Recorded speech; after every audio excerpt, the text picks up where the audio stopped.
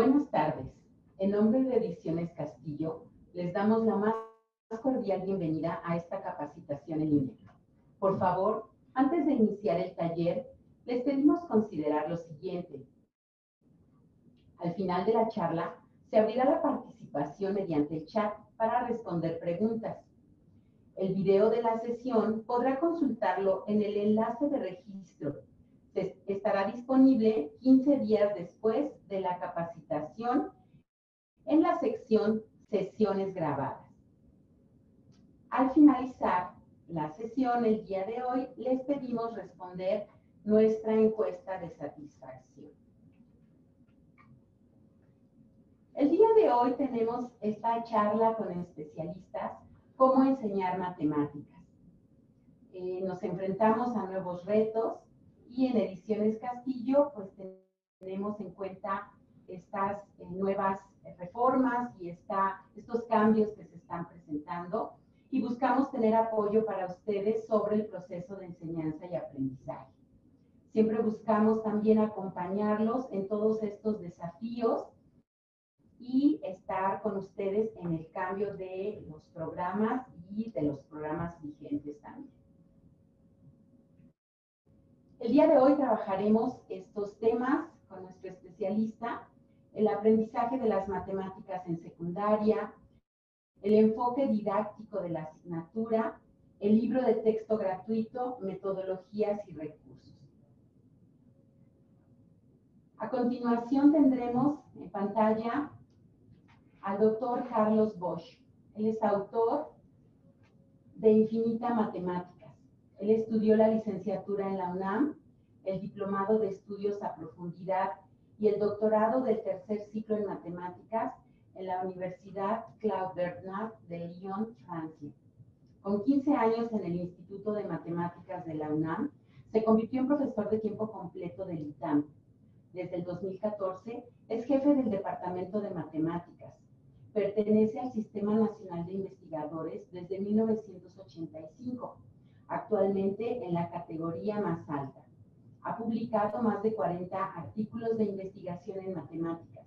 Ha sido profesor visitante de universidades como la Washington State University y el Instituto Jorge Juan de Matemáticas en España, entre otras. En la Academia Mexicana de Ciencias es fundador de las Olimpiadas de Matemáticas de Bachillerato y de los concursos de primavera y cotorra para alumnos menores de 15 años. También es fundador del programa La Ciencia en tu Escuela. Ha escrito varios libros de texto, desde primaria hasta universidad. Ha recibido premios como el TWAAS regional, Premio para el Desarrollo del Material Educativo y Escuela de Ciencia, en el 2008.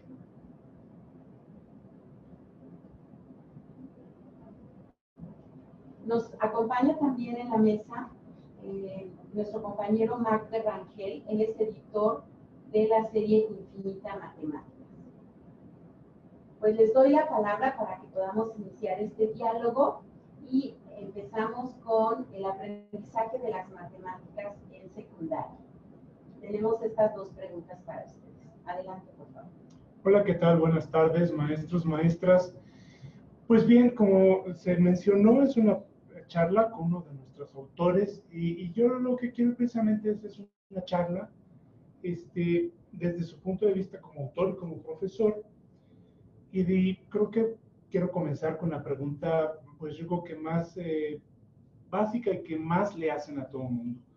Y no está de más porque forma parte de la currícula que actualmente se tiene y es ¿por qué enseñar matemáticas? Y luego, que esta va junto con pegado, ¿por qué aprender matemáticas? Entonces, desde tu experiencia como autor, como profesor y como alumno también, ¿cuál es tu perspectiva? ¿Cuál es tu perspectiva al respecto? Bueno, primero, buenas tardes a todos. Para mí es un placer estar con ustedes y quiero hacer una pequeña observación a mi breve biografía que leyeron amablemente, en la que pues no aparece lo que tal vez para mí son de las cosas más importantes, Y es que desde los años 70 yo he trabajado con maestros y a lo largo de los años cada vez los he apreciado más, cada vez me he dado cuenta de la invaluable labor que hacen y la verdad es que cada vez les tengo un mayor aprecio y los quiero más. Entonces, qué bueno que están aquí conmigo. Bueno, es una forma de hablar, claro. Ustedes allá y yo acá, ¿sí? Y entonces, pues les voy a empezar a platicar algunos apuntitos que yo hice aquí y de las cosas que pensé que podrían ser de interés para ustedes. Miren, muchas personas piensan y dicen que las matemáticas son el lenguaje de la naturaleza, pero yo como matemático creo que se quedan muy cortos, que las matemáticas son mucho más que eso. Sin embargo, las matemáticas es muy difícil de disociarlas de las ciencias en general. Así que aquí les diré que cuando hable de matemáticas, estoy hablando de matemáticas y ciencia. Y el otro abuso que voy a hacer es que cuando hable de tecnología, voy a estar hablando de tecnología e ingeniería.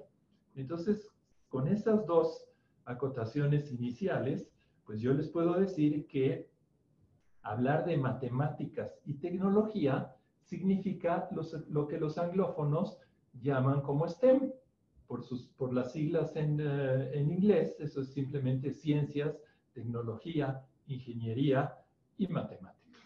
Carlos, STEM es un método, es un concepto para nuestros amigos que no están familiarizados con Por la supuesto. tecnología. Fíjate que STEM es, a la vez de ser un método, que es un método que se adapta muy bien a lo que es la indagación, a trabajar como trabajan los científicos. Es decir, haciendo experimentos, planteándose preguntas, tratando de resolverlas, etc. Pero además piensan que se deben de enseñar todas las cosas juntas. Es decir, que no se debe de disociar unas de otras, que deben de interactuar mucho. Es difícil, no es fácil enseñar así, ¿sí? Hay que hacer muchas más cosas, ¿sí? Pero bueno, continúo, porque esto es súper importante. Las matemáticas y la tecnología son formas organizadas del conocimiento con fines diferentes. La investigación en matemáticas es indispensable para incrementar el patrimonio cultural de la sociedad y generar talento. Es decir, las matemáticas, las ciencias, le aportan a todo el mundo conocimientos. Y el desarrollo tecnológico es necesario para resolver problemas específicos socioeconómicos y que generan riquezas. Si ustedes se dan cuenta, son cosas totalmente apartes, pero complementarias. Por lo tanto, las matemáticas y la tecnología son factores estratégicos para contribuir al desarrollo social, sustentable, cuidar el medio ambiente, mejorar la competitividad y elevar la calidad de vida. Perdón, te voy a estar interrumpiendo. Pero por supuesto, con todo gusto. ¿Tú estás pensando que como alumno estas son cualidades que debes de tener al terminar una educación básica, una educación media? Y el profesor, ¿qué tanto debería de estar involucrado con esta óptica, con esta manera de interesarse, además de la currícula, dar esta vertiente hacia sus alumnos? Bueno, primero, los profesores muchas veces no tienen tiempo, porque les exigen mucho. Pero para mí, si yo estudiase ahora, sí quisiera que me enseñaran todo eso para tener un panorama mucho más grande y tener muchas más posibilidades de elegir, de pensar dónde voy a ir, de pensar cuál va a ser mi futuro, ¿sí? Mientras mejor preparado esté, mejor va a ser mi futuro. Entonces, si me enseñan con este tipo de cosas en donde yo entiendo perfectamente qué es la ingeniería, qué es la tecnología, sé separar las ciencias de las matemáticas, entiendo los razonamientos matemáticos, pues voy a estar en una situación como deberíamos estar todos. Entonces, un profesor de matemáticas también sería un ayudante en construir la vida de sus alumnos a futuro. Pero por supuesto, y no nada más un ayudante, sino que debería de colaborar muy de cerca con las otras áreas de las ciencias, la tecnología y la ingeniería. Tecnología e ingeniería casi no se enseña en secundaria. hay muy poquito. Sí, te hago esta pregunta porque también es otra cosa, bueno, es una cosa que yo me he encontrado mucho, que son prejuicios. Suponen que el profesor de matemáticas solamente enseña matemáticas, es decir, abstracciones, cosas que no entiende, y que al final solamente te sirven para contestar un examen. Pero tú estás yendo más allá, y precisamente creo que más adelante nos vas a explicar un poquito más, pero quería hacer hincapié en que el profesor de matemáticas no nada más da quebraderos de cabeza a sus alumnos como usualmente se le puede representar, sino que tú fuiste más allá. Debe ser un copartícipe en el proyecto de vida de sus alumnos. A ver, ya no podemos ser así los profesores de matemáticas. No podemos nada más tratar de enseñarles cierto tipo de cosas. Tenemos que abrirnos al mundo, porque las matemáticas vienen del mundo. Es decir, siempre tenemos aquí un problema real que queremos solucionar. Y aunque sean muy abstractas las matemáticas, siempre quieren solucionar este problema real. Con este problema real hacemos una abstracción. Esa abstracción es la que trabajamos los matemáticos cómodamente en un escritorio y tratamos de resolver el problema abstracto que nos dio el problema real. Los matemáticos teóricos. Los matemáticos teóricos, claro. Y de ahí echamos mano de todo lo que hay y lo que existe en investigación matemática, que siempre va creciendo. De ahí damos una solución abstracta al problema. Puede ser que esa solución abstracta no nos sirva y tenemos que volver a empezar el ciclo. Pero si esa solución abstracta nos sirve, regresamos. Y ya tenemos todo el ciclo en donde pudimos aplicar todos nuestros conocimientos matemáticos, pero seguramente cosas de tecnología, de ciencias, de ingeniería, porque tenemos que llegar a un problema, a solucionar un problema real. Los profesores de matemáticas entonces se encontrarían en el inicio y en el final de este ciclo. Pero además teniendo contacto con todas las otras partes, ¿sí? Claro. Es decir, es fundamental. Sí es cierto que los ingenieros saben muchas matemáticas, sí es cierto que los tecnólogos, sí es cierto que los científicos usan mucho las matemáticas, pero es indispensable que los matemáticos se metan dentro de toda esa corriente, ¿sí? Es decir, el profesor de matemáticas, lo siento, colegas, pero tenemos que sentarnos a aprender más. De acuerdo. Te dejo continuar, Carlos. Bueno, fíjense lo importante que son las matemáticas y la tecnología. En el periodo comprendido entre 1900, son los datos que encontré fácilmente, ¿sí? Entre 1970 y 2000, es decir, 30 años. La inversión en matemáticas y tecnología como porcentaje del Producto Interno Bruto, es decir, lo que tiene el país, creció en México 2 veces. En ese mismo lapso en Brasil creció 4 veces y media, en España 5 y en Corea, yo me acuerdo cuando era niño, Corea era un país que estaba ahí con nosotros, ¿sí? En Corea, en esos 30 años, de los 70 al 2000, creció 9 veces. Ok, ¿qué impacto hubo? El ingreso per cápita se multiplicó, todo evidentemente en dólares corrientes, ¿sí? Es decir, se actualizan todos los dólares, ¿sí? En México tuvimos una superdevaluación, en fin, una serie de cosas, pero todo actualizado al momento actual. En México, el ingreso fue de 3.8 veces más de lo que se tenía en 70. Es decir, progresamos algo. En Brasil, fue 6.3. En España, 7.4. Y en Corea, que hizo una inversión de 9 veces su PIB, ¿sí? Cada uno con lo que tiene, ¿no? En Corea, 25.4 veces más ganaban en dólares corrientes en el año 2000 que en el año 1970. Eso a mí me parece números contundentes. Hay que invertir en tecnología y matemáticas. Así, la solución de los problemas de orden socioeconómico prioritarios, como serían la alimentación, la salud, la vivienda, la educación, el empleo, la energía reutilizable, etcétera, etcétera, etcétera, que mejorarían la calidad de vida de la población, requieren un mayor acceso al conocimiento y una mejor distribución social del mismo. ¿Por qué digo que una mejor distribución social del mismo?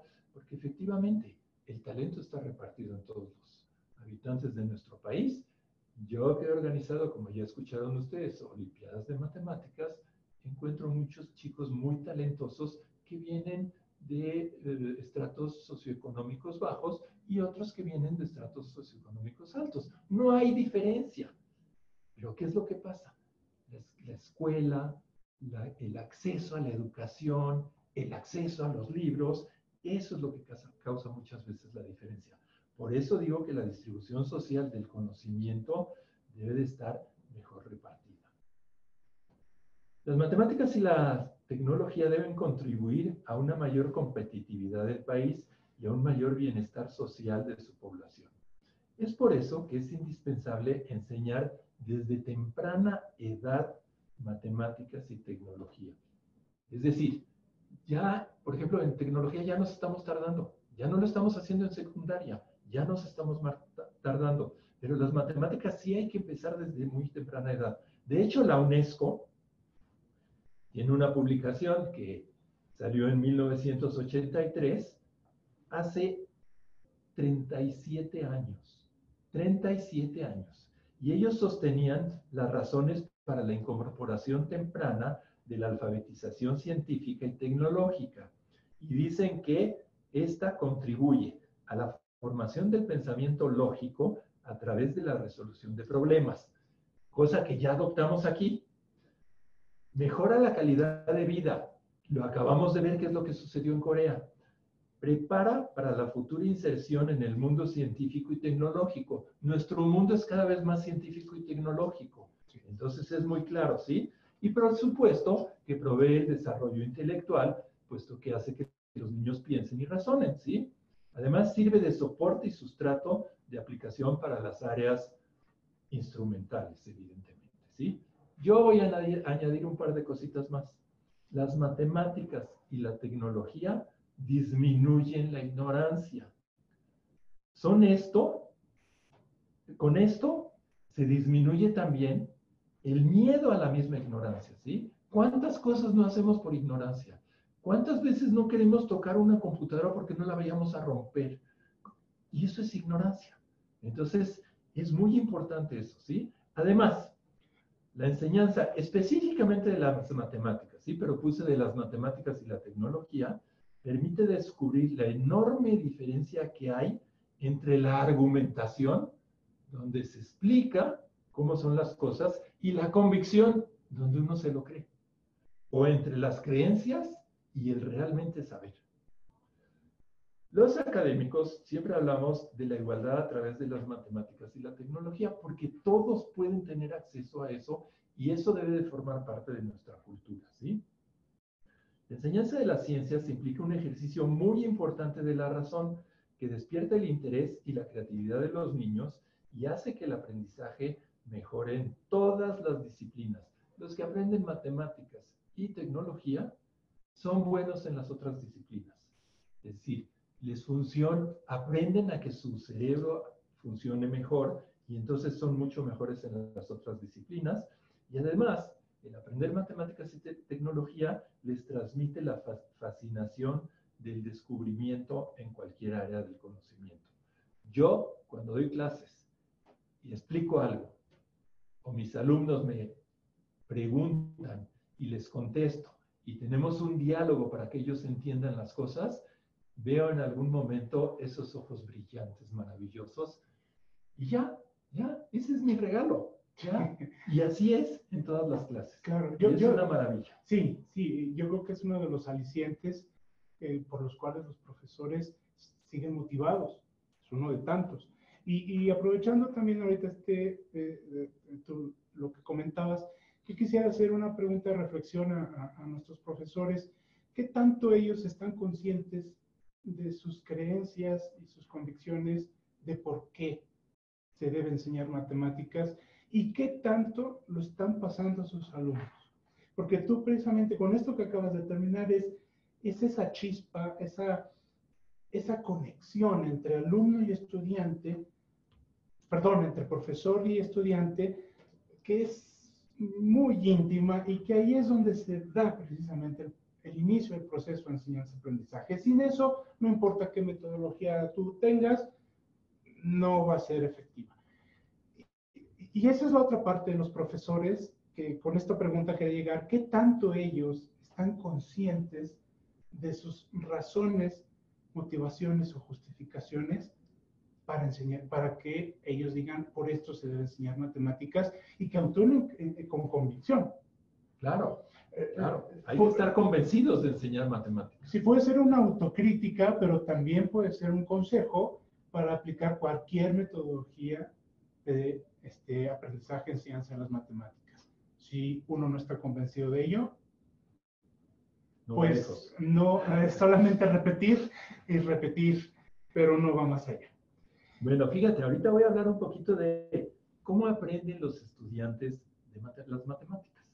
Y con eso a lo mejor nos van a aclarar un poquito más estas cuestiones. ¿Sí? Tengo aquí una cita que es de Susan Carey, que es profesora de Harvard, la que sostiene que si queremos asegurarnos que las matemáticas que los niños aprenden en el colegio sean significativamente útiles, debemos saber cómo el cerebro maneja y representa, por ejemplo, a los números.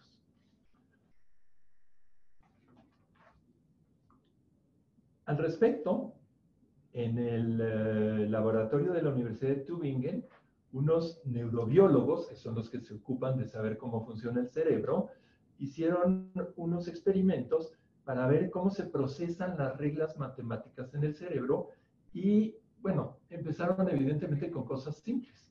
Entonces ahí encontraron unos monos y entonces a esos monos les empezaron a enseñar una cierta cantidad de números que aprendieron, les empezaron a poner los sensores para saber qué parte del cerebro era, es la parte frontal del cerebro, en donde aprendieron los números, y después les lograron enseñar el concepto de mayor y el concepto de menor, que es un concepto sencillo, que los niños lo aprenden muy rápido en primaria, ¿sí?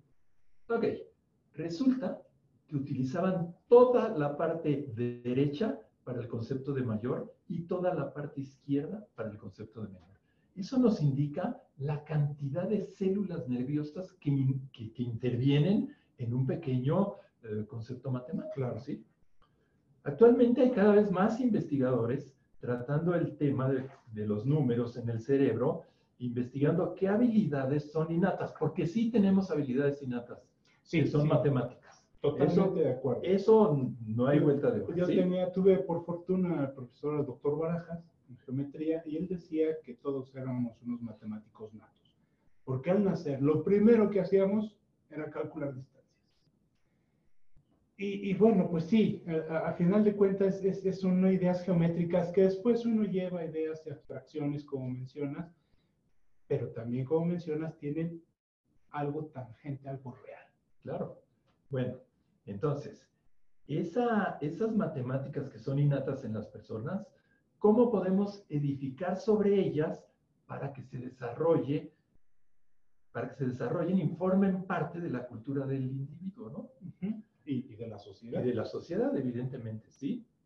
Entonces, repito, todos nacemos con un instinto matemático, pero para desarrollarlo es necesario que los niños capitalicen ese instinto y puedan edificar sobre él.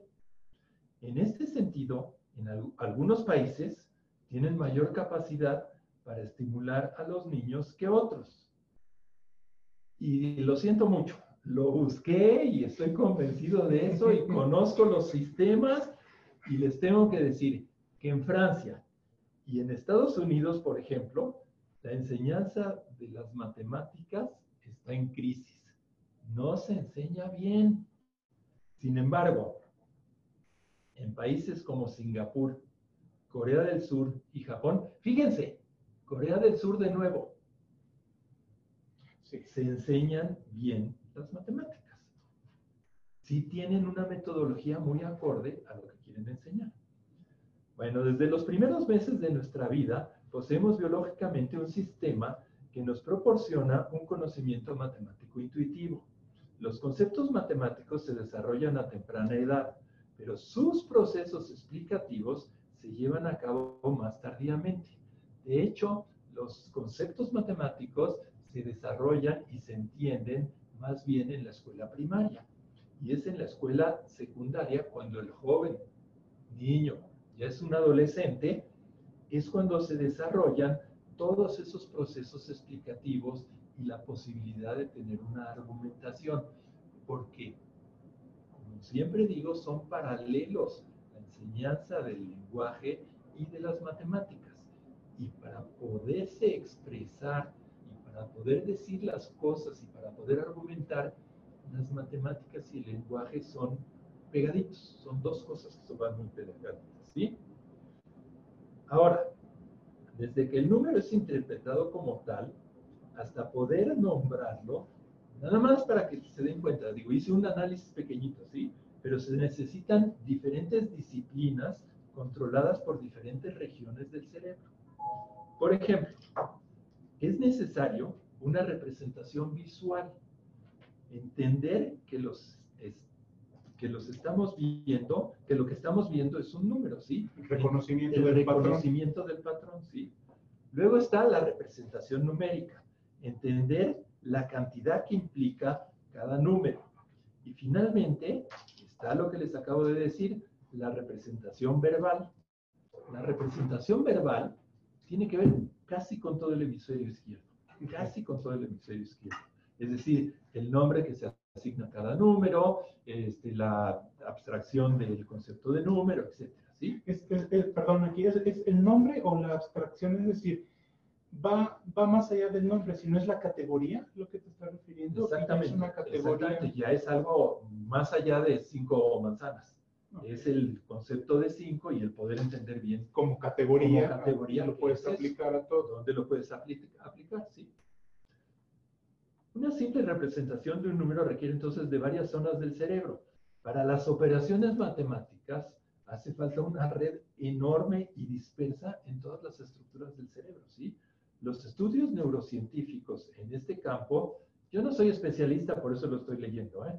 Los estudios neurocientíficos en este campo ayudan a que los educadores mejoren y adecúen sus estrategias educativas para aprovechar al máximo todas las capacidades de sus alumnos. Está muy bonito, está muy bien dicho y está muy bien escrito, pero a mí si me dicen que se desarrolla en esta parte del cerebro o en esta parte del cerebro, me quedé igual, sí, porque no sé cómo lo puedo aprovechar. Pero vámonos más adelante, okay. ¿sí? En aquellos aspectos del aprendizaje en los que intervienen numerosas áreas cerebrales, es posible que existan estrategias de aprendizaje específicas. El profesor debía intentar identificarlas, que ya les digo que es muy difícil, y utilizarlas en un determinado alumno con objeto de utilizar ciertas estrategias docentes que mejor se acoplen a ese alumno y a su aprendizaje. Esta es la parte teórica.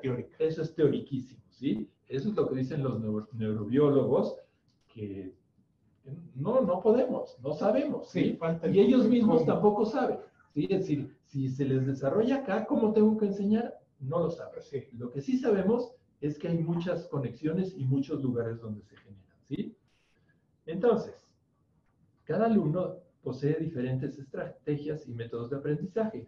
Por lo tanto, los profesores, y esto es lo importante, deberán proporcionar diferentes herramientas. Aquí dice que se adecúen a cada alumno, pero si uno hace diferentes herramientas en general, tiene uno chance, herramientas le ayuden a uno o a otro. ¿Herramientas de aprendizaje o herramientas de aprendizaje, que es lo que los físicas, tangibles, materiales? Todo. Ahorita voy a explicar más sobre eso. Desde un punto de vista educativo, la aproximación del estudiante a las matemáticas ha de estar basada en modelos que vayan de lo específico a lo general, que vayan de lo simple a lo complejo y partiendo, en la medida de lo posible, de la experiencia. Por eso es que las herramientas son tan importantes. Ok. Perdón, aquí, experiencia. Porque esto, estoy seguro que los profesores también lo han escuchado mucho, y es que en muchos lados, desde programas hasta libros, se habla de la experiencia, de dar experiencias al alumno en aprendizaje. Pero aquí estamos hablando de algo muy concreto, que es dar al alumno una experiencia matemática. Por supuesto. Es decir, no sirve cualquier cosa, sino que debe ir bien orientada a brindar una experiencia matemática. Es un contexto ya muy definido. muy, muy específico. ¿Podrías dar un ejemplo de una experiencia matemática Bueno, utilizando una herramienta? Por ejemplo, simplemente para encontrar la distancia más cortita entre dos puntos, si estamos en la ciudad, pues muchas veces decimos, ay, si yo pudiera atravesar así, esto yo llegaría inmediatamente porque me acuerdo que es en la otra esquina, pero hay que hacer todo el rodeo, y entonces ahí nos damos cuenta que efectivamente la hipotenusa es más grande que cualquier de los catetos. Y esta experiencia, al fin y al cabo, hace que el conocimiento, ¿qué? Lo que te quiero decir es cómo esta experiencia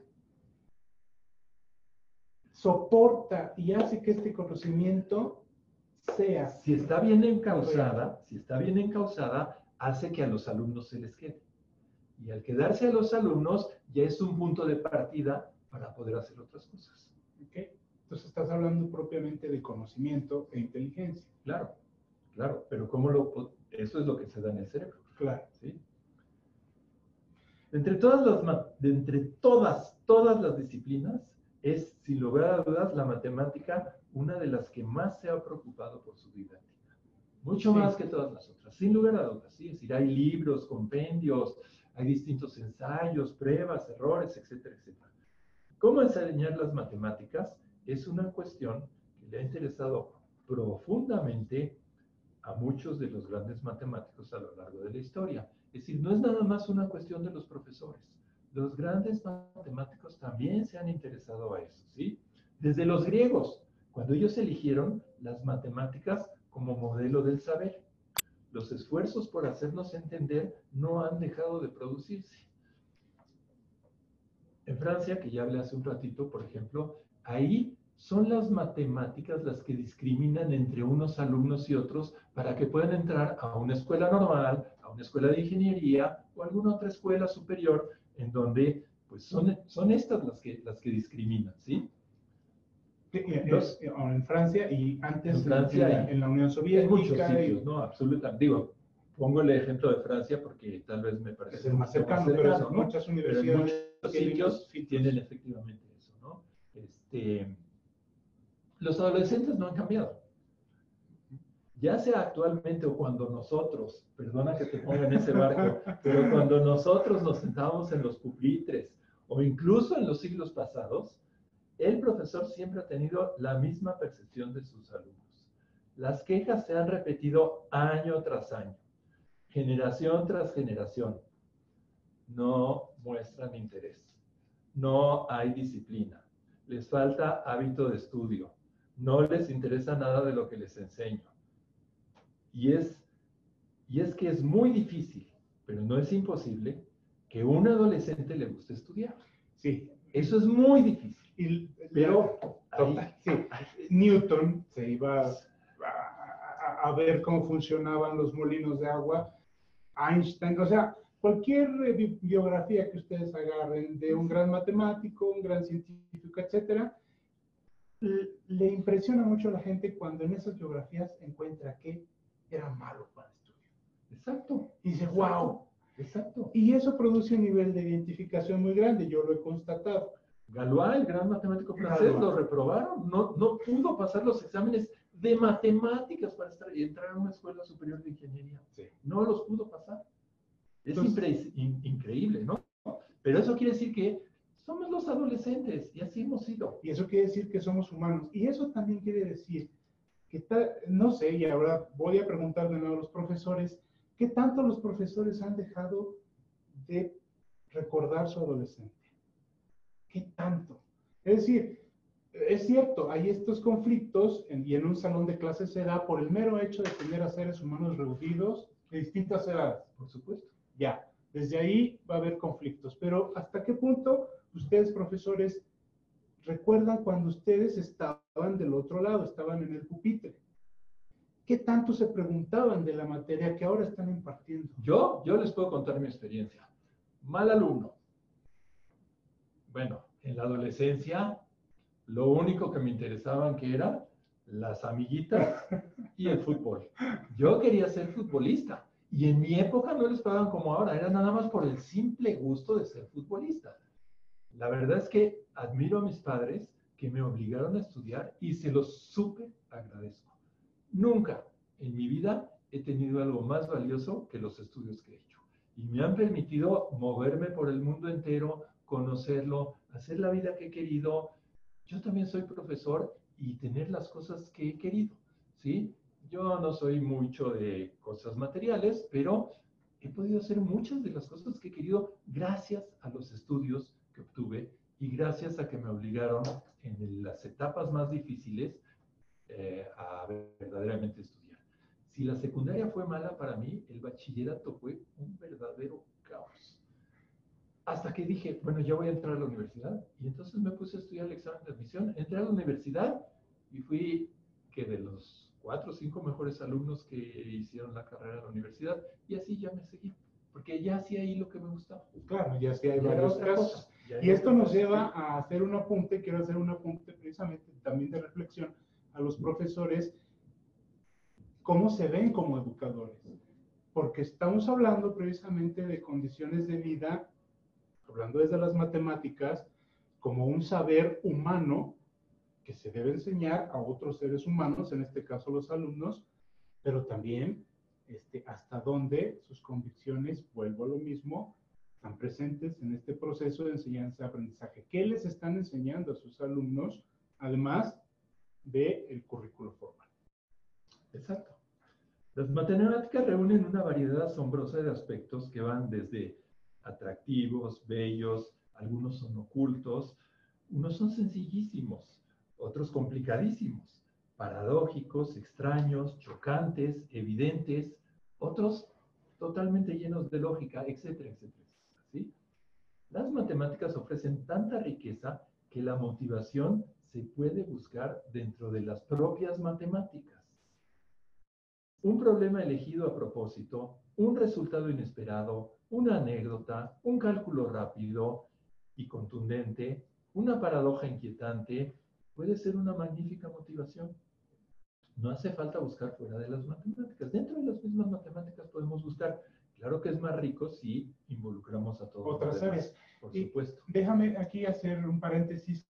Hace años leí precisamente el libro de un matemático, de qué son las matemáticas. A muchos matemáticos luego les da por escribir libros acerca de qué son las matemáticas. Y yo leía en este libro que a mucha gente se le olvida mencionar la belleza en las matemáticas. Y efectivamente, salvo los matemáticos, físicos, hablan de la belleza en las matemáticas, pero los maestros la pasan por alto. Yo algunas veces he conversado con muchos maestros y no toman en cuenta la belleza en las matemáticas. Es como si no existiera. Pero cuando voltean a ver la clase de arte, por ejemplo, hablan de belleza. Claro. Y sin embargo, ahí está implícita toda la geometría necesaria que la pueden ver en sus cursos la también. Perspectiva, en fin, mil cosas. Igual lo pasa lo mismo en otras áreas que se asocian mucho hacia la belleza. Pero creo que eso ha sido olvidado y no sé tú qué pienses, pero es importante que tanto docentes como autores formadores también consideren que la matemática es bella por sí misma. Y precisamente yo creo que en muchos casos al final un matemático termina haciendo matemáticas porque son bellas. Así como un pintor pinta, pues porque es el máximo arte en la pintura. Vamos. Pero sí hay una belleza inherente. Fíjate, a mí me preguntan muchas veces, ¿y qué eres? Ah, pues soy matemático. Y entonces me cuesta mucho trabajo porque la gente no sabe lo que son las matemáticas. Y además estoy enamorado de las matemáticas por lo bellas que son y todavía me entienden menos. Y cuando les digo que además soy investigador en matemáticas, menos porque creen que las matemáticas están súper acabadas. Claro. ¿Y a ustedes como profesores, son bellas las matemáticas? ¿Qué consideran que es bello en la matemática? También tiene sus partes las matemáticas. Claro. Y te voy a decir algo, ¿sí? Debemos de ser muy realistas, ¿sí? ¿Cómo se puede conseguir que un alumno disfrute sumando polinomios? De ninguna manera. No hay forma. De ninguna manera. Digo, eso forma. también hay que ser honestos, ¿no? Sí. Entonces, de ninguna manera, ¿sí? Llega el momento que hay que mandarles una batería de ejercicios y ¡pum! no hay de Sí, otra, no ¿sí? hay- no- Tienen que no hay- ejercitarse. Pero es lo mismo que decía yo hace rato sobre el lenguaje, ¿sí? Hay cosas de ortografía que nos las tenemos que aprender, ¿sí? Si lleva H, si no lleva H, ¿cómo es? Y ni modo, así es. Y en Y cualquier así nos lo actividad, tenemos que aprender, y es memorístico, y es horrible, y ya. en cualquier Pero actividad así después, es. los polinomios les van a dar otras oportunidades. Son base A. No, Exactamente. no es el polinomio por el polinomio en sí. Otro punto es que cuando los alumnos han aprendido que las matemáticas nacieron poco a poco, que los conceptos surgieron después de años y años de maduración, que los grandes matemáticos, y eso es muy importante, sobre todo para ustedes, maestros, los grandes matemáticos dieron soluciones erróneas a ciertos problemas y dichos errores se subsanaron más tarde y se resolvieron perfectamente esos problemas, ¿sí? Pero además en matemáticas todavía hay muchos problemas sin resolver. Muchos problemas que vienen de la física, muchos problemas que vienen de las matemáticas mismas, ¿no? Pero les digo esto porque muchas veces los alumnos aprenden más del error a que nosotros les corrijamos directamente algo. Entonces, Sí. hay que dejar a los alumnos, sé que cuesta mucho trabajo por el tiempo, por las necesidades que tenemos de Por la cumplir con las administración. cosas, por la administración, por los exámenes, por cumplir el programa, por todo lo que ustedes hacen también, ¿sí? Pero hay que darles un poquito más de tiempo a los niños y no darles inmediatamente la respuesta, ¿sí? Bueno, las matemáticas son importantísimas porque existe lo que se llama el rigor matemático, que es uno de los valores más importantes y hay que potenciarlo, inculcárselo a nuestros alumnos, sobre todo en la parte de secundaria. Ahí es donde ellos ya se puede hacer argumentación y se puede hablar del rigor y se puede hablar de ese tipo de cosas y se les enseña a que ellos mismos tal vez puedan entender dónde se equivocaron, por qué, cómo fue. Ok, ahora retómalo, trata de hacerlo bien. Ahora tú mismo, fíjate, lo hiciste bien, no lo hiciste bien, cómo lo hiciste. Exacto, ya son procesos metacognitivos Exactamente. que ya están preparando al alumno hacia niveles más altos y es aquí donde se siembra realmente la semilla de lo que después se va a volver con funciones metacognitivas que son muy importantes en universidad y demás altos grados de estudio. Pero aquí es la semilla. Y no es que salgan ya con la habilidad metacognitiva desarrollada. El mismo programa, el mismo plan de estudios lo supone hasta final de bachillerato, sino que es sembrar las bases, sembrar la semilla para que tenga un buen desarrollo.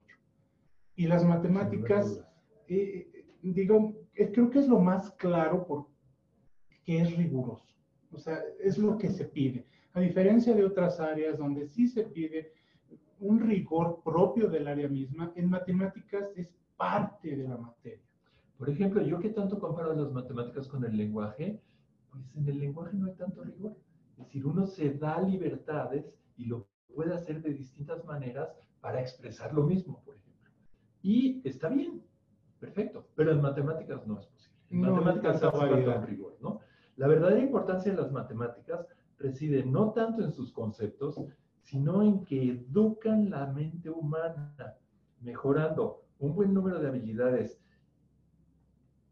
como la capacidad de abstracción, la facilidad a la hora de afrontar problemas de todos tipos y resolverlos, capacidad de síntesis, saber encontrar qué es lo principal de una situación, agilidad mental, imaginación, perspicacia, algo de ironía, espíritu crítico, etcétera, etcétera, ¿sí? Bueno, ya hablamos... Frustración. Tolerancia a la frustración. Tolerancia a la Creo bueno, que pero yo mismo, no se crean que yo me sé todas las matemáticas. Yo también cuando trabajo en mis matemáticas, es muy frustrante que encuentro algo y que doy botes de alegría porque encontré algo que nadie ha encontrado antes, que lo pude demostrar, que el rigor matemático me indica que está bien y no puedo ni siquiera irle a contar a mis hijos que hice algo importante, porque no me entienden. Entonces, también en ese sentido es frustrante. Es decir, aún haciendo las cosas bien, muchas veces hay frustración. Sí, y bueno, aunado a esto, es precisamente la frustración que sienten los alumnos al, entrecomillado, subrayado con rojo, no poder. que eso tiene mucho de Cuenta donde mucho. cortar.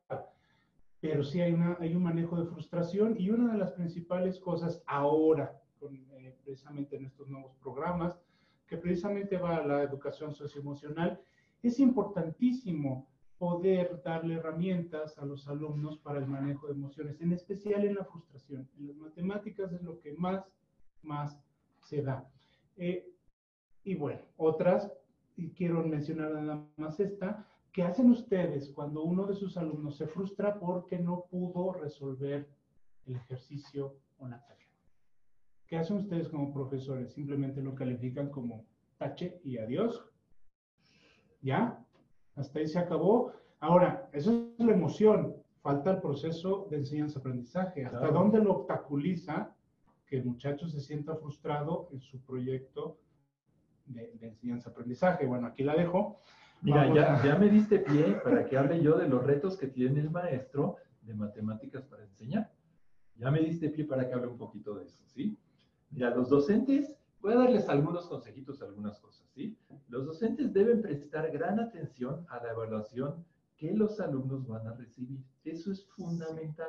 Resulta negativo valorar como bueno tan solo las respuestas acertadas y, por el contrario, dar un mal feedback al alumno que no consigue la respuesta exacta. Es muy importante. La mejor manera de evaluar el aprendizaje en matemáticas es valorando el progreso y el razonamiento que el alumno ha realizado para llegar a su resultado o a su resultado parcial. Hay alumnos que les cuesta un poquito más de trabajo, pero hay que evaluarles cómo van llegando a sus resultados parciales. Sí, y aquí nota al pie, la intuición también es válida en las matemáticas. Muchas veces en un cálculo, en una pregunta, el alumno responde por intuición, y el maestro no veces no ve que está usando la intuición en matemáticas, que es tan válida, Pero como por un supuesto proceso que es válida, lógico. pero una vez que tiene el resultado, hay que preguntarle, ¿y por qué llegaste a eso? Trata tú de entender qué es lo que tú hiciste esa para poder intuición. llegar a eso. A lo que voy es que traten de no apagar esta intuición a sus alumnos. Muchas veces los alumnos responden de verdad por intuición y se le castiga con un, ¿cómo lo sabes? ¿No es cierto?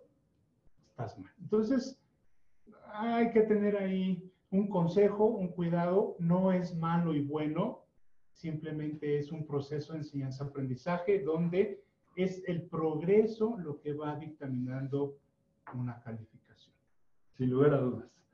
Una cualidad, por cierto, que debemos de tener todos los profesores de matemáticas es la humildad. En el sentido que constantemente podemos, porque lo hemos hecho antes y debemos aprender más. Sin lugar a dudas, ¿sí? Siempre es posible encontrar mejores actividades, mejores introducciones, mejores modelos de exámenes, etcétera, etcétera, etcétera. Estudiar nunca está de más. Y ya se ha dicho, cuanto más se domine la materia, más recursos metodológicos y pedagógicos tendremos a nuestra mano. Aquí es buena oportunidad precisamente para todo lo que hemos dicho, ahora enlazarlo al tema de los programas. Perfecto. Yo quería hablar un poquito del enfoque. Tres cositas sobre el enfoque. Vamos a empezar con el enfoque precisamente del programa. Y luego nos vamos a lo de los programas, si te parece, pero si no lo podemos hacer al revés. Está bien, ¿Sí? está bien. Bueno, fíjense, desde que las universidades se adecuaron a las ideas de von Humboldt, en el sentido de proveer una educación enfocada a la enseñanza, el aprendizaje y la investigación, la indagación científica se ha usado como una herramienta de enseñanza y aprendizaje.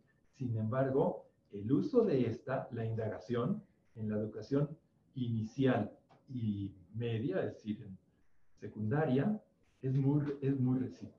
No se había usado casi nunca antes, ¿sí? Las tendencias mundiales proponen que la enseñanza que se llama Educación en Ciencias Básicas en la Indagación, que las siglas son ECBI, que es un proceso y un enfoque con el que los niños y jóvenes responden sus propias preguntas y curiosidades acerca del mundo que los rodea, y lo hacen a través de la experimentación, al igual que lo hacen los investigadores científicos cuando hacen sus investigaciones. ¿Por qué a los investigadores científicos les gusta tanto el hacer investigación? Precisamente porque actúan de esa manera. Sí, y entonces ellos van descubriendo eso. Y es esa metodología la que pues lleva a la creación de una conjetura, la creación de sus propias preguntas, la obtención de evidencias que permitan responder sus preguntas, explicar la evidencia recolectada, conectar esa experiencia o esa explicación con el conocimiento obtenido en el transcurso de la investigación, la creación de un argumento y justificación de la explicación o su defecto, hacer una nueva conjetura y empezar de nuevo.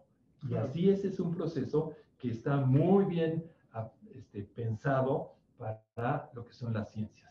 En matemáticas el enfoque equivalente es el aprendizaje basado en problemas. Que es el que tenemos en el plan 2017. Exactamente.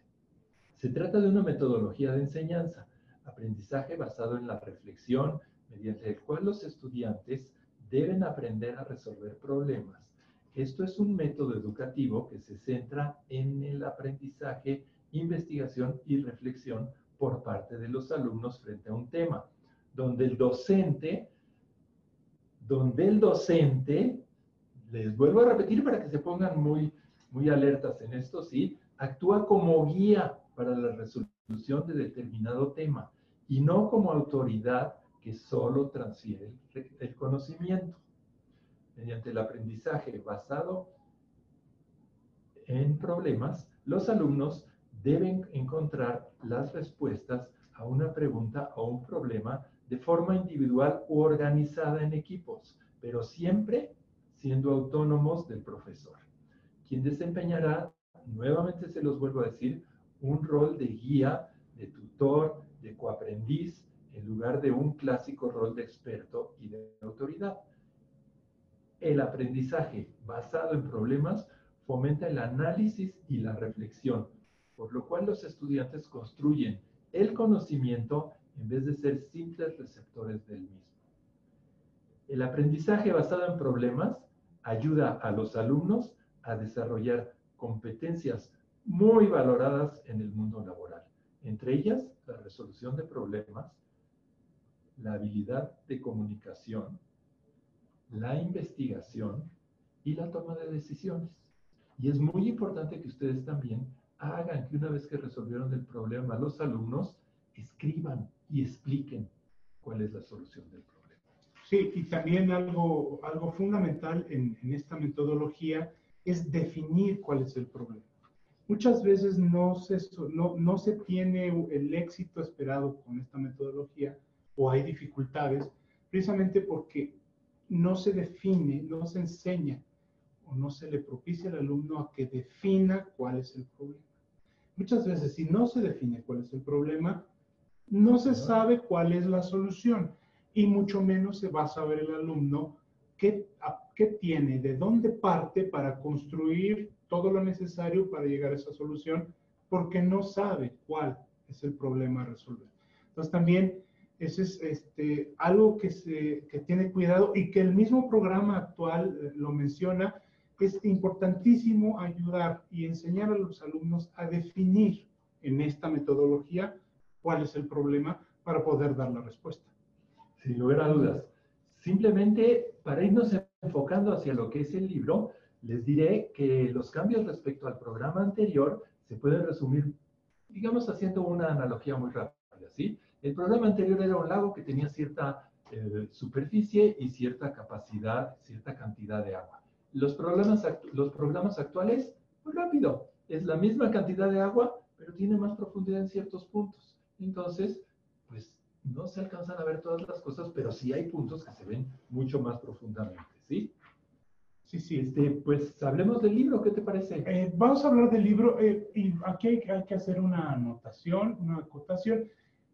Como ustedes saben, todos los profesores, SEP está manejando programa 2017 en primero y en segundo y 2011 en tercero.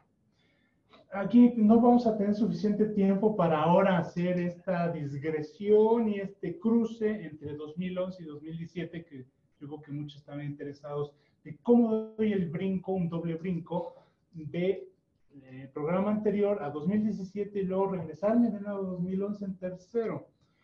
Pero bueno, vamos a hablar principalmente de la serie infinita. Para cubrir toda la serie, vamos a omitir hablar del libro 2011 porque el libro 2011 se toma de los que ya tenía SEP anteriores. Entonces, pues bueno, ni siquiera entra en todas las editoriales en sus colecciones, porque ya son anteriores, ya son los que tenía SEP. Pues vamos a darnos a Infinita. Y bueno, pues ahora todo esto, ¿cómo se aplica? Todo lo que estamos comentando, ¿dónde cae en el libro? Bueno, quiero comenzar por los objetivos claros. Digamos que es una claridad mental la que proporciona el estudio de las matemáticas, en resumen de todo lo que hemos estado abordando. Y entonces el alumno tiene que saber hacia dónde va, cuál es el objetivo de lo que está estudiando. Bueno, voy a hablar en la estructura del libro como si lo estuviéramos usando y relacionando con las partes que mencionó Carlos. Entonces, obviamente, en nuestro libro lo baja, lo implementa en que pues, los aprendizajes esperados se declaran formalmente, muy explícitamente, en todas las secuencias del libro. Entonces, el alumno y el profesor siempre tienen claro cuál es el objetivo de esas lecciones, de esas secuencias, en dónde están parados. Además, obviamente, tienen un mapa al principio, donde ven toda la lista de temas y pueden ver hacia dónde van o cómo manejarlos, ¿no? Inclusive tienen una dosificación. Inclusive tienen eso y bueno, pueden cambiarlos y pues aquí es el maestro el que conoce a su grupo y es el maestro el que al final cabo toma la decisión, pero esa es la sugerencia de dosificación. Exacto. Por ejemplo, yo les tengo que decir que este es un libro para el alumno, no es un libro para el profesor. Es decir, todas las cosas que hemos hablado aquí de que el alumno vaya poco a poco construyendo su conocimiento están plasmadas en el libro. Más aún, llevamos muchísimo cuidado para que el vocabulario, por ejemplo, sea realmente para los adolescentes. Por ahí dicen que ellos no conocen más de 250 palabras distintas. No hay más de 250 palabras distintas en el libro a pesar de las definiciones. Sí, se fijan, bueno, si lo ven, tenemos párrafos cortos porque ahora leen así. Hay que adecuarse a la lectura y no es que no lean, sino que leen distinto. La parte de que el alumno puede elegir diferentes estrategias para conseguir sus objetivos, que es una de las partes de esta metodología, también se ve concretado en los libros en que cada actividad se promueve la libre elección de la estrategia. En las actividades se les deja, se les pregunta, es más, casi se les incita a que ellos mismos den un planteamiento propio y una resolución propia y una respuesta anterior antes de ver un procedimiento formal. En los libros de segundo y tercero, esto se enfatiza. Porque en primero es el cambio de primaria a secundaria. No podemos dar un brinco tan fuerte precisamente por lo que explicaba Carlos. O sea, en secundaria estamos aprendiendo a ya una sintaxis, ya un lenguaje, ya una formalidad. Y pues no lo vamos a hacer de sexto de primaria a secundaria y vámonos con el golpe. Pero en segundo y tercero sí somos mucho más explícitos en decir que ubiquen variables, que ubiquen lenguaje, qué significa, cuál es el problema, qué es lo que tiene que responder, precisamente para orientarlo en una forma de que él vaya no aprendiendo, sino más afilando sus propias herramientas para poder dar respuesta con sus propias estrategias. Fíjense, por ejemplo, en el libro hay una parte muy importante que siempre estamos buscando algo que para los alumnos es muy importante y que los motiva bastante, que es la cuestión lúdica y que hagan ellos mismos los experimentos. Dentro de este libro van a encontrar una enorme cantidad de actividades lúdicas y de experimentos que tienen que ir haciendo los alumnos para que se apropien realmente del conocimiento. Sí, en este caso, experimentos es experiencia, experimentos matemáticos en ese sentido, tienen que tener la experiencia de ir haciendo. Por otro lado, comprueban si efectivamente están aprendiendo o no, con base a su progreso. Entonces, en las mismas secciones está, comprueba tu resultado, ve con otro compañero, ve si tu resultado es distinto y explica por qué. Exactamente, eso es muy importante. Lo mismo que estábamos platicando hace rato, se vale equivocar, pero también se vale rectificar. ¿Y qué mejor que hacerlo con los compañeros? Claro, comprobación Claro. y autocorrección de resultados, y esto nos implica también una metacognición. Entonces, segundo y tercero van más allá, porque se supone que van a entrar a bachillerato y ya se supone que ya deben de ir más preparaditos en esto. Y bueno, siempre se está retomando lo que hiciste al inicio, lo que el alumno hizo al inicio y lo que termina haciendo. De tal manera que puede incorporar sus nuevos conocimientos diciendo, pues como lo hice, pues es más, ni siquiera respondí al inicio, pero ahora ya puedo responder. O puedo medio responder, lo cual les da mucha ventaja porque ya sabemos qué es lo que falta por aprender. Entonces va en ese sentido y de esa manera se concreta el enfoque didáctico de todo lo que habíamos hablado y del plan, obviamente el plan está allí, está conforme al plan 2017, está trabajado conforme a todas las sugerencias de CEP, pero eso lo damos por supuesto. Nosotros quisimos irnos por un lado donde esto no se explicita, no se menciona mucho. Y bueno, esto es metacognición, propiamente. Para terminar, yo les quiero decir que además estoy muy contento con este libro, porque toda la parte editorial que hicieron aquí es preciosa. Pusieron exactamente las fotografías que hacía falta. Los dibujos están perfectamente hechos y las portadas son una maravilla. Muchas gracias. Bueno, pues muchas gracias por todos sus comentarios. Vamos a escuchar a los maestros. Vamos a ver ellos qué tienen que decir. Pues vamos a activar el chat para que todos puedan, todos ustedes que tenemos casi 100 maestros conectados en este momento en la sala. Y en este momento se activó el chat. Les voy a pedir que vayan comentando, incluso respondiendo estas preguntas que fueron haciendo nuestros panelistas. Así que bueno, en este momento el maestro Raimundo, buenas tardes maestro Raimundo, pues qué bueno que nos acompaña. El maestro Dionisio también nos saluda. Buenas tardes, profesor Dionisio.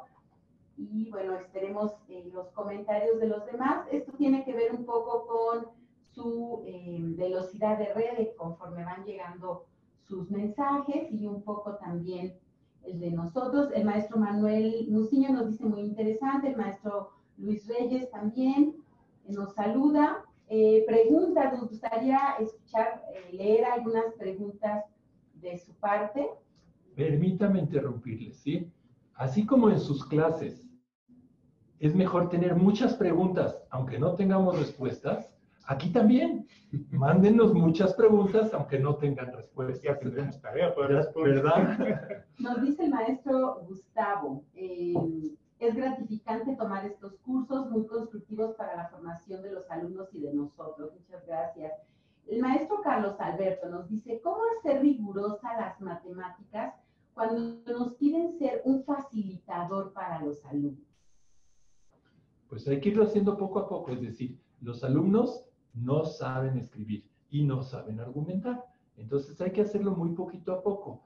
Partes que son fáciles o digamos que son más accesibles con los alumnos para trabajar respecto a la argumentación y al rigor de las matemáticas, tal vez serían o la aritmética o la geometría. Esas son las partes que yo creo que son más accesibles para que los alumnos puedan argumentar y puedan hacer y entender cuál es el rigor de las matemáticas.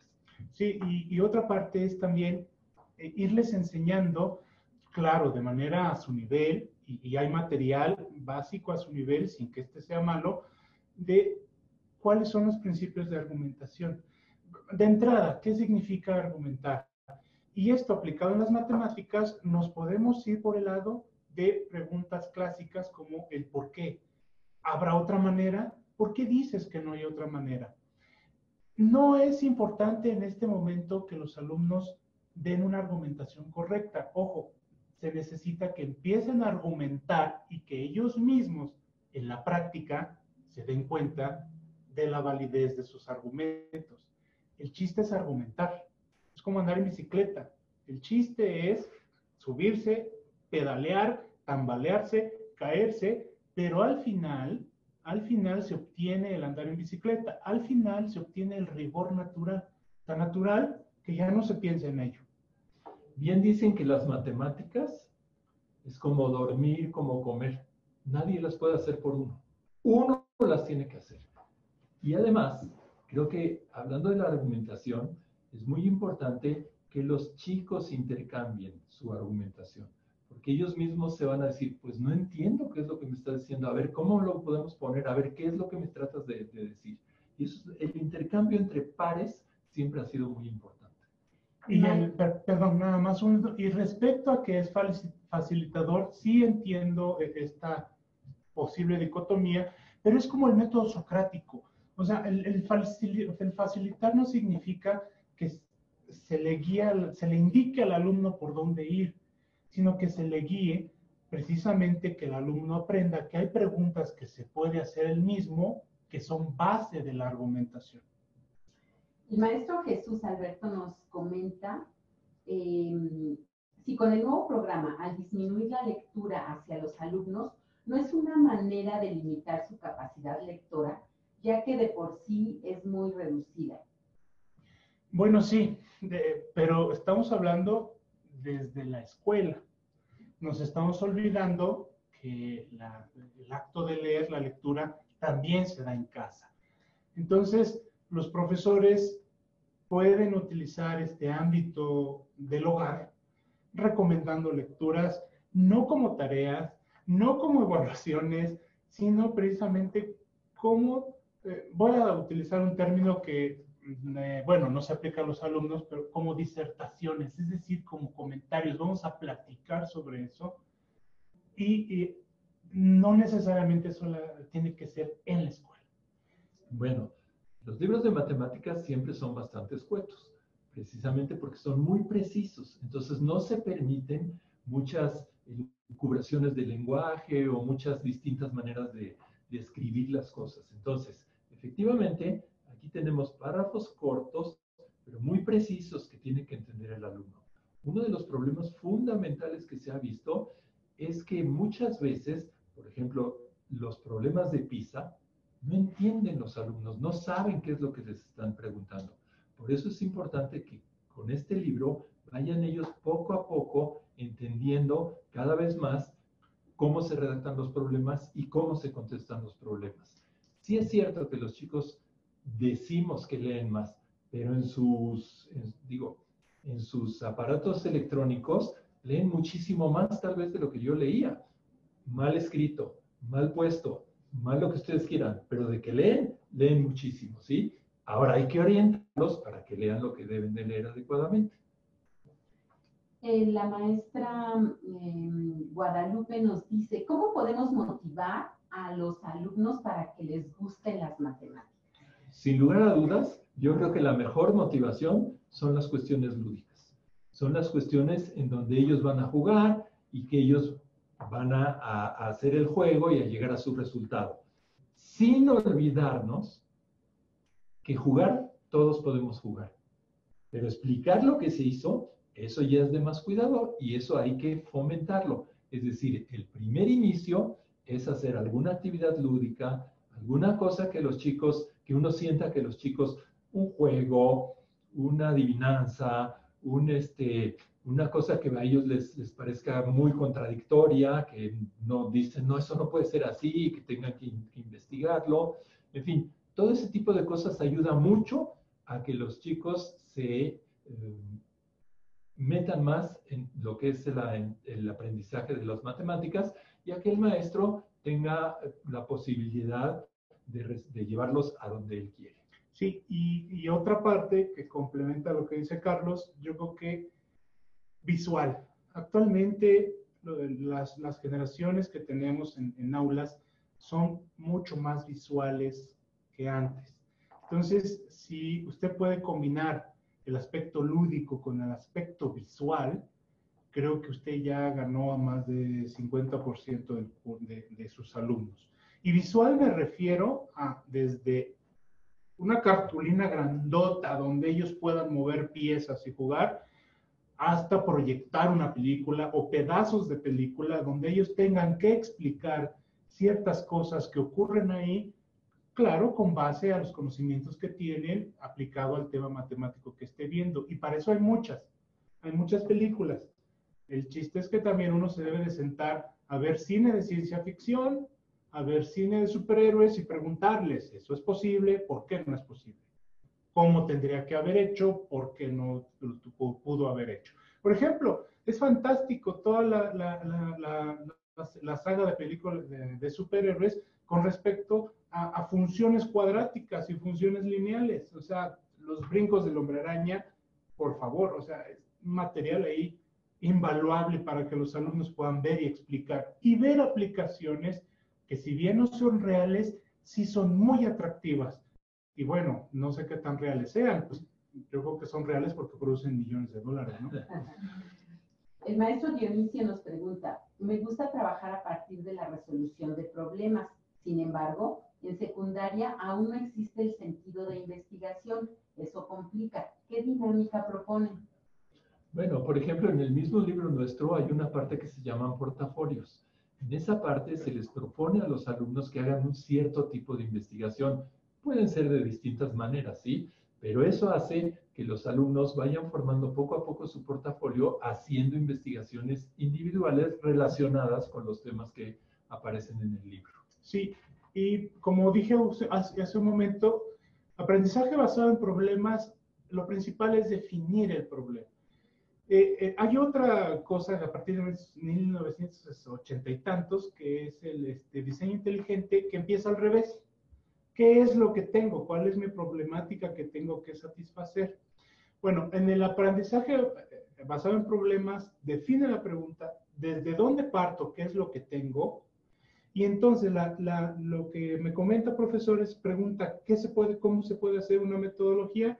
Es llenar estos huecos de aquí, es ir de A B. ¿Qué me falta para llenar a B? Y aquí es donde los alumnos, ya sea en grupo o individual, van a empezar a investigar, a llenar estos pequeños huecos. Y si bien, como usted dice, no se da esta parte de investigación como, bueno, me imagino que en otros países donde todo el curso es que el alumno investigue, sí se puede orientar al alumno a que él mismo vaya aprendiendo técnicas de investigación tan básicas. A partir de ahí, como qué sé y qué no sé, que es totalmente básico, hasta ya técnicas de investigación y tal vez hasta experimentación más adelantadas, pero es llenar estos huecos. De entrada, para que esto funcione bien es cuál es el camino que tengo que seguir. Y obviamente hay muchos. Yo tengo A, voy a B, ¿cuál es mi camino? Y en estos muchos caminos es donde da la riqueza de esta metodología, porque se da la comunicación entre pares, se dan nuevas formas de resolver problemas, cosas que uno no había visto y que el otro sí vio. Es aquí donde se debe, digamos que, enfocar en nuestro programa a cómo está siendo implementado ahora. Es cierto, no tenemos estas grandes instrucciones del mismo programa para investigar, pero lo que sí podemos hacer es enseñarle al alumno cómo ir de un A a un B, interaccionando con sus pares y enriqueciéndose con toda la información que puede obtener, investigando él o tomando de otros. Okay. La maestra Benali nos dice, ¿qué propuesta de evaluación formativa ofrece el libro de texto para apoyar el feedback mencionado en la plática?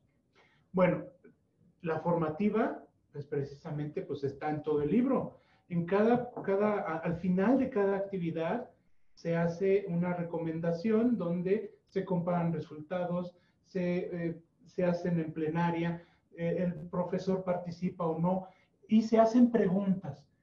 Al final de cada actividad se hacen preguntas que lo que pretende es que el alumno vaya más allá de lo que en esa actividad se quiso. Es decir, tenemos una actividad, se quieren estudiar números primos, y al final, ese es el conocimiento básico que da el programa. Al final, se hacen preguntas como, ¿por qué el 1 no es primo? O el 0 será primo. Cosas de este tipo es para que el alumno, ya una vez que tuvo el conocimiento, digamos que mínimo que pide el CEP, vaya un poco más allá. Pero además, se le pide que con estas preguntas y junto con el profesor, dé respuesta grupal, comparta ideas, dé respuestas, haga otro tipo de actividad. Entonces, es una evaluación formativa pues, permanente, como es la evaluación formativa, se da en todas las partes del libro. Por eso es formativa. En cada actividad, maestra, usted va a tener un resultado que forma parte de la evaluación formativa. En cada lección va usted a encontrar varias partes que puede usted seguir viendo, que es precisamente la evaluación formativa. ¿Qué es lo fundamental? ¿Sí? La evaluación en donde nada más te pone una calificación, la verdad es lo mismo que dije hace rato. A lo mejor ni siquiera le sirve al alumno y nada más lo frustra, ¿sí? El que le digan, está bien, está mal. ¿A dónde va eso, no? En cambio, si uno ve eso y dice, a ver, piensa muy bien, ¿cómo definiste un número primo? ¿Qué te dijeron cuando era un número primo? En las actividades que hiciste y cuando tú definiste lo que es un número primo, ¿qué era lo esencial? ¿Estos cumplen? ¿No cumplen? ¿Por qué sí y por qué no? Siempre sí hay. Y aquí quiero hacer un comentario, y todos los maestros ya lo deben de saber, pero no vale más recalcarlo. En tercero, con el plan 2011, pues ya no vemos números primos. Entonces, esto estaba contemplado en el 2017, pero como ejemplo, bueno, valga como ejemplo, aunque hay que tomarse en cuenta eso, que ya en tercero por el plan 2011, pues no. La maestra Judith nos comenta, considerando que el libro de texto no es el único material didáctico, ¿cómo se puede manejar e introducir en la planeación de clase? Bueno, partimos de que tenemos un planificador. Entonces, a partir de ese planificador que va pues, con el libro, obviamente es una parte administrativa que los profesores deben de cumplir. Pero ¿cómo se inserta en la clase? Pues es precisamente para planear qué voy a ver, qué me está ofreciendo la lección y qué nuevos materiales puedo introducir. Desde algo lúdico hasta una película. O cómo voy a manejar el mismo material que me está ofreciendo el libro. Como por ejemplo pueden ser galerías de imágenes, pueden ser las mismas infografías, pueden ser ¿cómo se llama? ¿Cómo se me fue? Tutoriales. Entonces, todo eso es lo que tengo que ver para cómo insertar el libro en la clase. Entonces, el planificador editable es de gran ayuda para hacer eso. Va por semana y va dosificado, no nada más con el tema por semana, sino también con sugerencias didácticas y recursos que se pueden utilizar. El maestro Sergio nos comenta, ¿qué propuesta me pueden dar si los mismos compañeros que imparten esta materia se niegan o se muestran renuentes a nuevos métodos de enseñanza? No, bueno. Bueno, sí, eso. Bueno, eso claro que se da, ¿sí? Sí. Y es bien cierto, ¿sí? Por eso hace un momento dije que los maestros necesitábamos tener cierta humildad para ponernos a trabajar y a estudiar permanentemente. Es decir, no tenemos la última palabra. Hay que estarlo haciendo. Entonces, usted, maestro, que se está poniendo al día, que está trabajando de otra manera, es lo que debe de ser. Sus otros colegas que se quedaron atrás y que repiten los cursos que me tocaron a mí, ¿qué quiere que les diga? Si uno no está convencido de enseñar, que no enseñe. Sí, es común, puede ser común y puede haber muchos factores que hayan intervenido, voy a llamar en la conducta de sus compañeros, que puede ser desde el desencanto mismo de la actividad magisterial hasta cualquier otro. Pero independientemente de esto, lo que usted menciona es muy importante porque los sistemas educativos solamente se pueden aplicar y cambiar por profesores que cambien. Es la piedra angular de la educación. Son los únicos que están ahí permanentemente. Los alumnos son pasajeros. Sí, yo sé que para usted va a ser muy difícil, y sí lo va a ser, porque sí he conocido casos de ese tipo en donde los grupos académicos están así, pero créame que pues aquí depende precisamente pues, de su vocación y de su instrucción y de que siga aprendiendo. A la larga, créame que creo que pues en el sentido estoico va a llegar a un punto en donde va a alcanzar una buena imagen magisterial y lo va a dejar de preocupar y ocupar estos problemas. No, y el compromiso que tenga usted con sus alumnos. Usted quiere que los alumnos aprendan. Uno enseña para que aprendan. Entonces, si usted tiene mejores métodos, si usted tiene mejores libros, si usted tiene mejores actividades, los alumnos van a aprender mejor. Úselas. Siempre elija a los alumnos antes que a sus compañeros. Sin lugar a dudas. Es la opción del maestro. El maestro Gustavo Castro, él está escribiéndonos nos está siguiendo desde Matamoros y nos pregunta, ¿qué es primero, la matemática y luego las habilidades mentales o viceversa? De tal forma que facilite el proceso de la enseñanza-aprendizaje de esta maravillosa asignatura. Los felicita y está contento con la charla. Pues ya dije hace un rato que tenemos una cantidad de, digamos, de matemáticas innatas dentro de nosotros, que tenemos que desarrollar y cultivar para obtener otras habilidades nuevas que nos permitan hacer más cosas, ¿no? Entonces, según los neurobiólogos, todos nacemos con una cierta capacidad matemática, con un cierto entendimiento innato de hacer matemáticas. Y después se van formando, se va progresando, se va fertilizando esa parte para poder llegar a las ciertas habilidades matemáticas. Sí, yo estoy de acuerdo. Primero, creo que son las habilidades cognitivas que dan para todo, es lo que forma parte del ser humano. Llámese matemática, llámese música, llámese cocina, llámese la vida diaria. Sin habilidades cognitivas normales, usted no podría, ni yo podríamos hacer nada de eso.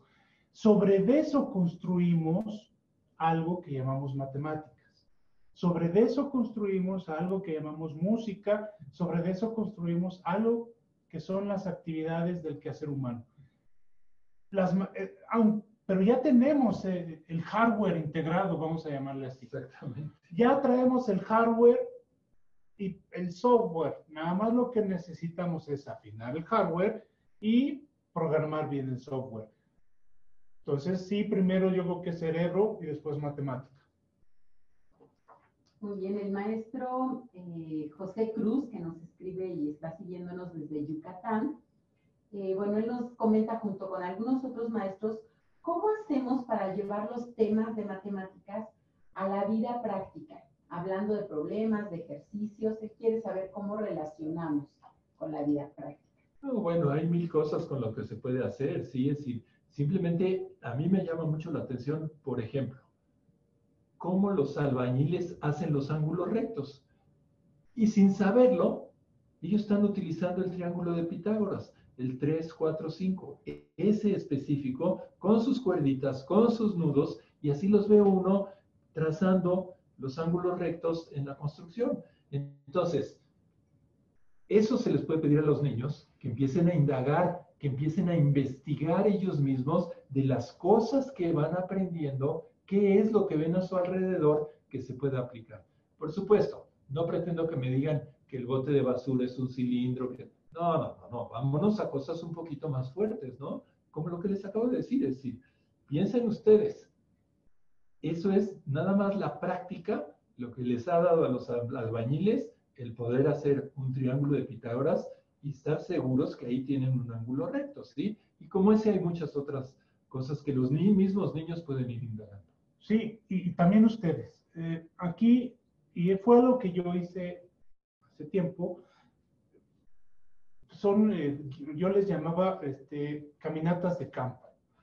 Sálgase usted, profesor, profesora, sálgase un día, un sábado, un domingo, a caminar por su ciudad, por las ciudades, sus alumnos, y vea qué es lo que hace la gente día al día. Que esa es la pregunta que fue, ¿no? La pregunta del día al día. Por ejemplo, y voy a meterme en, ahorita estoy recordando, inventando cosas, pero válgame los ejemplos. La lista que tiene la señorita tortillera que despacha es una lista de variación directa o variación proporcional, porque a determinada cantidad ya le hace descuento. ¿Usted qué dice, profesor? ¿Qué es? Eso es un tema de investigación. Ahora, ¿no le gusta la tortillera? Vaya con el señor taxista. ¿Cómo le cobra? Es de variación directa o variación proporcional. Ahora, ¿qué le conviene más?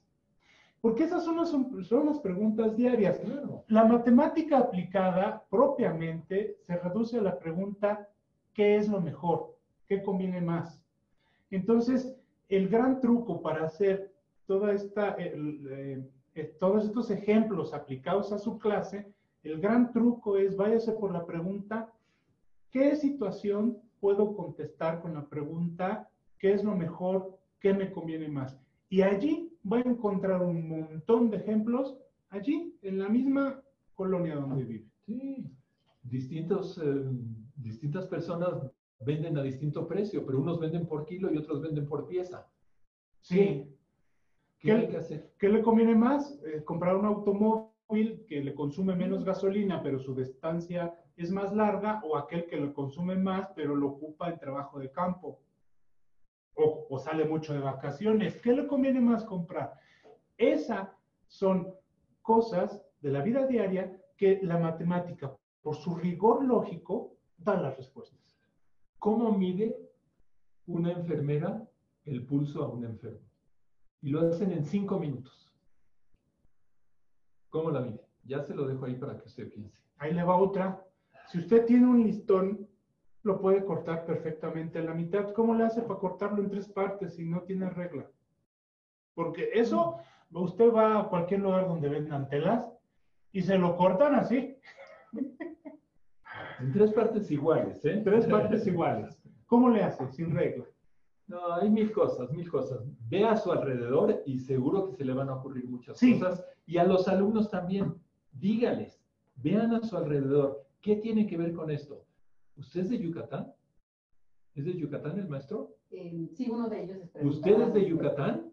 La ciudad de Mérida está construida como ejes cartesianos. Sí. Etcétera.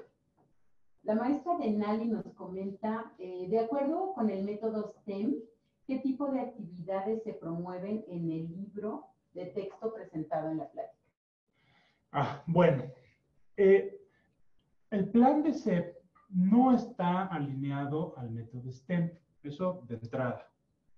Sin embargo, en nuestros libros sí tenemos una sección al final, que es precisamente esta parte de utilizar programas para resolver una cuestión tecnológica con matemáticas que puede dar un sentido científico. Por ejemplo, y nada más por ejemplo, en el libro de 3er grado tenemos una sección que se llama Matemáticas Prácticas, que se llama Criterios de Semejanza de Triángulos. Pero utilizando, seguramente lo conocen, el programa GeoGebra, pero para cierta actividad propia, que es cómo obtengo, dados 2 triángulos, que se vean los criterios de semejanza, así que la máquina lo haga. Entonces, es una cuestión que tiene matemáticas, obviamente que tiene ciencia, aunque es una ciencia básica de primeros principios, porque se estudian esta propiedad de los triángulos, y tiene tecnología, Y bueno, no se acomoda muy bien a ingeniería, soy honesto, pero va en ese sentido. Ojo, el plan 2017 de SEP no es la orientación hacia STEM, pero nosotros tenemos una sección que se orienta hacia allá. Por ejemplo, una parte importantísima es que los alumnos sepan manejar un poquito el Excel. También viene en el libro. Otra parte fundamental que se relaciona con las ciencias. Por ejemplo, aquí en la Ciudad de México, en Xochimilco, había unos animales medio feitos que se llaman ajolotes y están desapareciendo, pero son importantes para el ecosistema. Entonces, como dentro de cuánto tiempo van a desaparecer los ajolotes, y esas son predicciones que pueden hacer los alumnos, pues con los datos que se les dan. Entonces, sí hay una aplicación a las otras áreas, ¿sí? Y eso sería STEM. Muchas gracias. Bueno, pues vamos a finalizar nuestra sesión el día de hoy. Queremos agradecerles muchísimo a nuestros ponentes el día de hoy, el doctor Carlos y Macbeth, que estuvo el día de hoy aquí con nosotros. Y bueno, pues nosotros les compartimos a ustedes, tienen en este momento en pantalla la dirección electrónica para que puedan ustedes ingresar a la app de Ediciones Castillo y puedan conocer los recursos que tenemos para ustedes. Y también este otro sitio web que es el CRD, Centro de Recursos Digitales de Ediciones Castillo, .com con la diagonal secundarias públicas, y en este otro sitio van a encontrar, además de los recursos con acceso libre para que ustedes los puedan consultar, estamos subiendo semanalmente fichas de apoyo para trabajar con los materiales que ustedes están llevando de Ediciones Castillo. Así que bueno, pues regularmente métanse para que puedan conocer en este sitio esos recursos que estamos preparando para ustedes.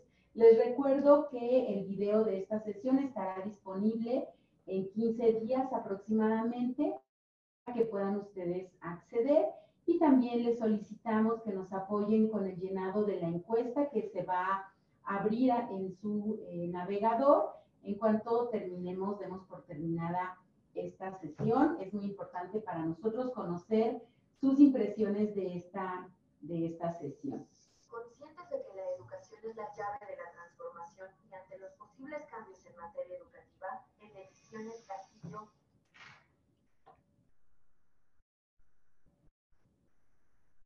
responden a los retos que las instituciones escolares deben afrontar para lograr la educación de excelencia de sus estudiantes y que sumen al proyecto de su escuela.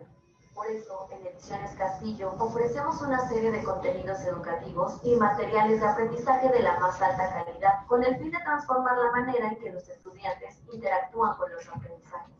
Con más de 40 años investigando y poniendo en práctica nuevas metodologías para la adquisición de aprendizajes y el desarrollo de habilidades, valores y actitudes entre los estudiantes, Ediciones Castillo es el sello editorial con mayor número de libros de secundaria aprobados por la SEP. Lo invitamos a conocer nuestra oferta de libros para secundaria, con series y autores de gran reconocimiento.